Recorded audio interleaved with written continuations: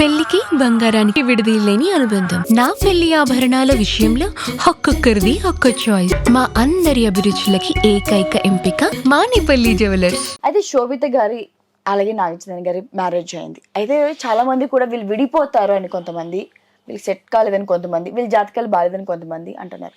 యాక్చువల్గా వాళ్ళ marriage life ఎలా ఉండబోతుంది ఇంకా ముందు? శోభిత గారు నాగ చైతన్య లైఫ్ బ్రహ్మాండంగా ఉంటుంది. వాళ్ళకి పెళ్లి అవుతుంది, పెళ్లే కాదని చెప్పారు చాలా మంది జ్యోతిష్కులు. అవుతుందని మనం ఇదే వీడియోలో ఇదే ఛానల్లో మనం చెప్పాం. బాగుంటుందన్నాం, బాగుంది. కాబట్టి ఎట్టి పరిస్థితుల్లో వీళ్ళ దాంపత్యం చాలా అన్యోన్య దాంపత్యంగా ఉంటుంది.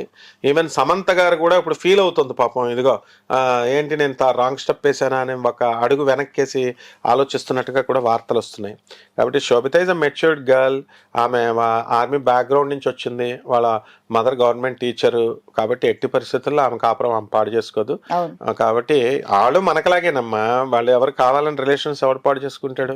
కాబట్టి ఎట్టి పరిస్థితుల్లో నాగ చైతన్య శోభితాలు బ్రహ్మాండంగా లాస్ట్ వరకు కాపురాలు చేస్తారు, పిల్లలకి అంటారు. మనకి మరొక జూనియర్ నాగ చైతన్య వస్తాడు. నాగార్జున గారి కోసం మనకు నాగ చైతన్య అఖిల్ వచ్చారు. మళ్ళీ వంశం ఉండొద్దా, బొడ్డోళ్ళు రావద్దా, కంపల్సరీ మన బుల్లి నాగ చైతన్య వచ్చేస్తాడు అనమాట. రష్మిక విజయ్ దేవరకొండ గారికి అఫేర్ ఉందని చాలా వరకు మనకి నెటిజన్లు చెప్పడం కానీ, కొన్ని వీడియోస్ లేదా వాళ్ళే కొన్ని పరోక్షంగా ఫోటోలు పెట్టడం కానీ మనం చూస్తున్నాం. అయితే గురుగారు వాళ్ళిద్దరికి ఏమైనా పెళ్లి జరిగే అవకాశం ఉందా వాళ్ళ జాతక ప్రకారంగా? ఇప్పుడు మా గోగినేని బాబు గారు అంటారు అనమాట, ఏమని గ్రహాలు హాస్పిటల్లో పుట్టవు నాయన, గ్రహాలు అనేవి మనుషులు హాస్పిటల్లో పుడతారు, అందువలన దాన్ని బట్టి చెప్పండి అంటారు. అలాగా ఈ యొక్క రష్మిక, ఈ దేవరకొండ, విజయ వాళ్ళు మామూలు మనుషులు అఫైర్స్ పెట్టుకుంటారు. ఏంటి అబ్జెక్షన్? ఇప్పుడు వీళ్ళంతా ఇప్పుడు మామూలు మనుషులు ఎవరికి నచ్చిన వాళ్ళతో వాళ్ళ అఫైర్స్ పెట్టుకుంటున్నారు. రిలేషన్షిప్ ని యాక్సెప్ట్ చేస్తూ సుప్రీంకోర్టే తీర్పులు ఇచ్చుకుంది. ఎవరితో అన్నా లేచిపోవచ్చు, ఎవరినన్నా చేసుకోవచ్చు, ఎవరితో అన్నా ఉండొచ్చు అని ఇచ్చారు. మేజర్లు అయిపోయారు, ఎలోప్మెంట్లు అయిపోతున్నాయి, పోలీస్ స్టేషన్కి వెళ్తే పిలుస్తారు. ఊరికనే పిలవడానికి వరకే పోలీసు వాళ్ళ హక్కు. ఆ తర్వాత ఏమ్మా నీకు ఇష్టం లేదంటే ఆయన బొక్కలేస్తారు. కానీ నాకు ఇష్టమే నేను చేసుకుంటున్నానంటే మేజర్లను పోలీసులే వదిలేస్తున్నారు. ఇప్పుడు అంత స్వతంత్రం వచ్చింది మేజర్ అయిన తర్వాత.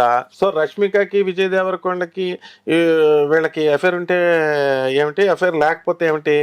They are all super stars. Affair పెట్టుకుంటారు. ఆమె రష్మికకి ఇష్టమైతే పెట్టుకుంటుంది, లేకపోతే లేదు.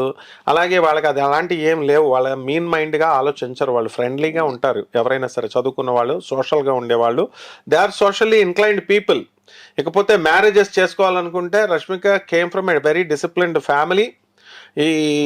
అందువలన ఎట్టి పరిస్థితుల్లో she is a matured women. And Vijay Deverakonda కూడా రఫ్ అండ్ టఫ్ గా ఉన్న సినిమాల్లో అలా ఉంటాడు, కానీ అతను జీవితం కోసం అతను కన్స్ట్రక్షన్ స్టెప్స్ వేసుకుంటాడు.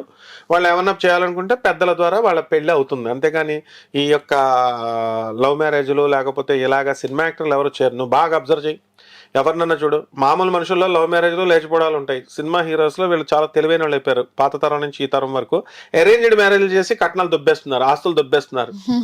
మరి ఇప్పుడు ఎవరినైనా తీసుకుని ప్రాపర్టీ ఉంటేనే చేసుకుంటున్నారు. అంత బిజినెస్ లైగా ఆలోచించే వీళ్ళు లవ్లు లేచిపోవడాలు ఎందుకుంటాయమ్మా? అలాగే ఉండవు. అయితే చివరిగా ప్రభాస్ గారికి 2025లో పెళ్లి జరుగుతుందా? జాతక ప్రకారంగా ఎలా ఉండబోతుంది? ప్రభాస్ గారు పెళ్లి చేసుకోవాలనుకుంటే ఎప్పుడో చేసేసుకున్నాడు. ఒక పెళ్లి కాదు, చేసుకోనే ఉద్దేశం ఉందంటారా? 8 పెళ్లిళ్ళు చేసేసుకోవచ్చు ఆయన.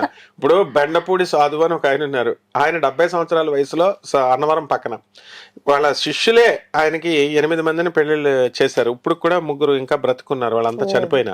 ఆయనే అల్లూరు సీతారామరాజు. ఆయన అవసాన దశలో అక్కడికి వెళ్ళిపోయారు. ఈ బ్రిటిష్ వాళ్ళని తప్పించుకొని అంటారు, భక్తులు నమ్ముతారు. ఆయనకే 8 మంది పెళ్లిళ్ళు అయినాయి.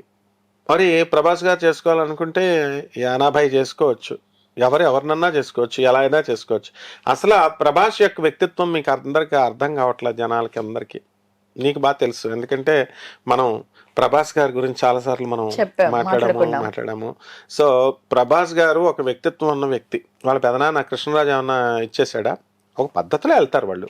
కాబట్టి వాళ్ళ అమ్మా నాన్న వాళ్ళు చూసే సంబంధం చేసుకుంటున్నాడు ఆయన, వాళ్ళ పెద్దమ్మ చూసే సంబంధం చేసుకుంటున్నాడు. కాబట్టి it may take little time. But 2025లో గన్ షాట్ గా ప్రభాస్ పెళ్ళైపోద్ది. అంతేకాదు, మా రాహుల్ గాంధీ ఈ బ్యాచులర్స్ గొప్పోళ్ళు 3 ఉన్నారనమాట. ఒక గొప్పోడేమో మా ప్రభాస్ 40 సంవత్సరాలు వస్తే చేసుకోవట్లేదు అంటారు. ఎంతకంటే గొప్పవాడు ఇంకోడు ఉన్నాడు అనమాట, సల్మాన్ ఖాన్. ఆయన పెళ్లి చేసుకోడు, ఆయన చేసుకొని చెప్పి డిక్లేర్ చేసేసారు కదా అదే సార్. ఆయనకంటే గొప్పవాడు ఇంకోడు ఉన్నాడు, రాహుల్ గాంధీ. అంటే ఈయనేమో టాలీవుడ్, ఆయనేమో బాలీవుడ్, ఆయనేమో ఇంటర్నేషనల్ లెవెల్లో. కానీ విచిత్రం ఏంటంటే వాళ్ళు మన ఫ్రెండ్స్, వాళ్ళంతా కూడా మామూలు మనతో పాటు మనుషులు వాళ్ళు. కాబట్టి వాళ్ళ ముగ్గురికి అవ్వాలని మనం కోరుకోవాలా, వాళ్ళు ఖచ్చితంగా ముగ్గురికి అవుతాయి. సల్మాన్ ఖాన్ డిక్లేర్ చేశాడు కాబట్టి ఓకే చేసుకోకపోతే, కానీ వీళ్ళిద్దరికి మాత్రం 2025 లో తెరపడిపోతుందమ్మా.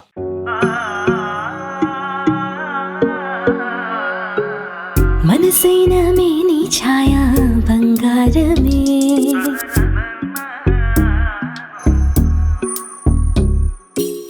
సొగసైన మేలి మాయా బంగారమే,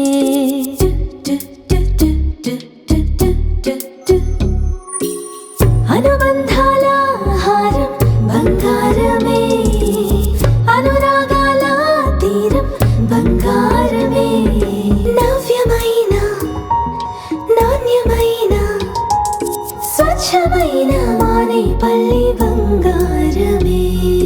తరతరాలుగా తరగని స్వర్ణ బంధాలు మన మానిపల్లి జ్యువెలర్స్.